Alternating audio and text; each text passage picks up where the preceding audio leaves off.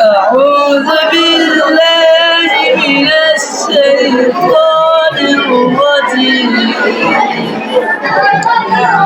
بسم الله الرحمن الرحيم. وما أعمالكم ولا أولادكم بالتي تقربكم عندنا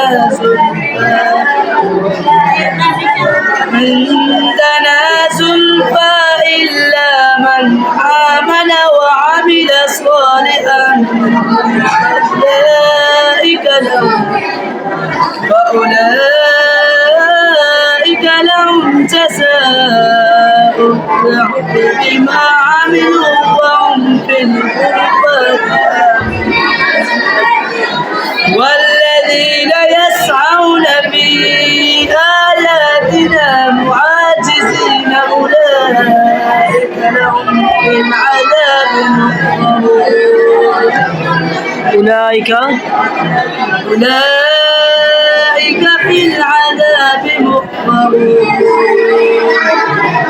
قل إن ربي يبسط الرزق لمن يشاء من عباده ويقدر له وما أنفقتم من شيء فهو يخلفه وهو خير الرازقين.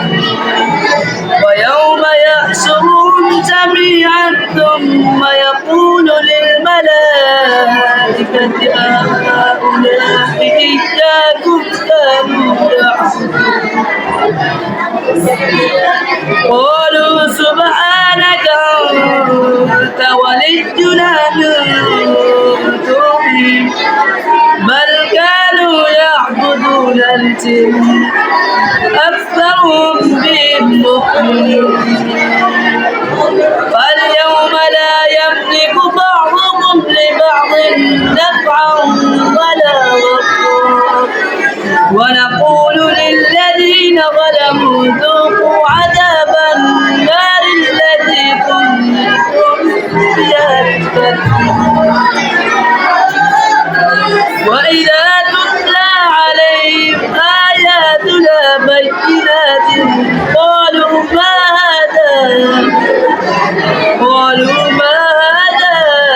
إلا رجل يريد أن يصدكم عما كان يعبد آباؤكم. قالوا ما هذا إلا إفك مفترى. وقال الذين كفروا للحق لما جاءهم هذا سحر مبين وما